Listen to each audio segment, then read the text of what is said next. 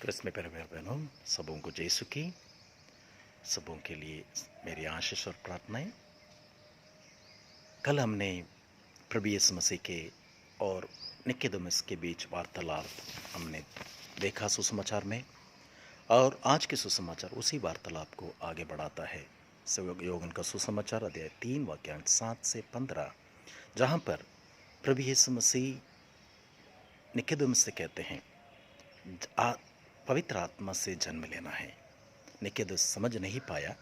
आज प्रभु यीशु मसीह उसको समझाते हैं कैसे होता है, इसका अनुभव किया जाता है। कैसे?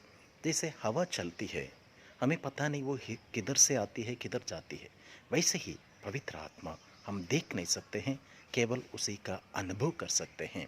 कैसे अनुभव कर सकते हैं? जैसे प्रेरितों ने किया था। प्रेरित जब कमरे में बंद थे डर के मारे, लेकिन पवित्र आत्मा के वरदान पाने के बाद उन्हें कोई रोक नहीं सका और निडर होकर के सुसमाचार का प्रचार करने लगे। और उनके द्वारा जितने भी लोगों ने पवित्र आत्मा को पाया, ग्रहण किया, उनके साथ क्या हुआ? आज के सुसमाचार आज के पहले पाठ में हम देखते हैं। प्रेरित चरित अध्याय 4 वाक्यांश 32 से 37 तक। वाक्यांश 32 ये कहता है, विश्वासियों का समुदाय एक हृदय और एक प्राण था। ये पवित्र आत्मा को ग्रहण करने के बाद क्या महसूस कर रहे हैं? एक था, एकजुटता, प्रार्थना, शक्ति, ये सब उन्होंने अनुभव किया। इनका अनुभव, एकता का अनुभव करने का मतलब क्या है? पवित्र आत्मा का प्रमाण है, उपस्थिति का प्रमाण है, चिन्ह है। इसलिए भाई और बहनों, हम जब हमारा परिवार पवित्र आत्मा ग्रहण कर चुके हैं बपतिस्मा संस्कार द्वारा, और पवित्र आत्मा हमारे एक में निवास करता है, क्योंकि संत पौलुस ने अपने पत्र में कहा कि आप नहीं जानते आपका शरीर पवित्र आत्मा का निवास स्थान है।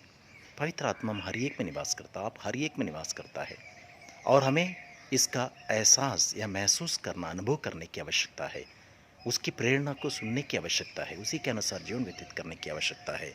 जैसे वे विश्वासी एक हृदय एक प्राण हो गए थे, वैसे हमारे परिवार का हर एक सदस्य एक हृदय एक प्राण बनकर जीवन व्यतीत करने की आवश्यकता है। इसके द्वारा ही हम दूसरों के सामने पुनर्जीवित प्रभु यीशु मसीह का प्रमाण दे सकते हैं, साक्ष्य बन सकते हैं। तो आइए भाई और बहनों, जो पवित्र आत्मा आपके अंदर निवास करता है उसकी सुनिए, प्रेरणा सुनिए, महसूस कीजिए, अनुभव कीजिए, और एकता में, शांति में जीवन व्यतीत करने की कोशिश कीजिए। प्रभु आप लोगों के साथ रहकर इस वक्त, इस मुश्किल की घड़ी में, इस बीमारी के समय सारा लोग, सारा विश्व, मानव जाति डर के भय से अंदर हैं, वे सभी पवित्र आत्मा की शक्ति का अनुभव करें हम लोगों की प्रार्थना द्वारा, और सभी इस बीमारियों से मुक्त होकर आज़ादी का, स्वतंत्रता का, भाईचारे का, एकता का जीवन व्यतीत कर सकें। प्रभु आप सबों की रक्षा करें, आप लोगों के साथ रहें। सर्वशक्तिमान परमेश्वर पिता, पुत्र और पवित्र आत्मा सभी को आशीर्वाद प्रदान करें। आमीन।